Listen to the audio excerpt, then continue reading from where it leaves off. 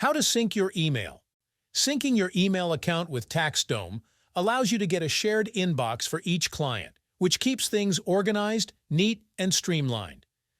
There's no need to create a folder for each client or remain CC'd on an email that doesn't require a response. To sync your email with TaxDome, click on your profile picture on the top of the screen and select Account Settings.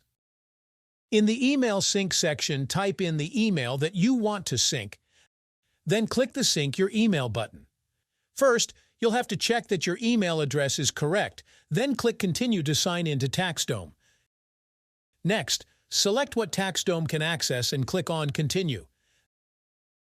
This process might change depending on the email you used during your registration with TaxDome. After your email is synced, when we visit a client's account, the Email tab is displayed, and it is displayed inside each account's profile.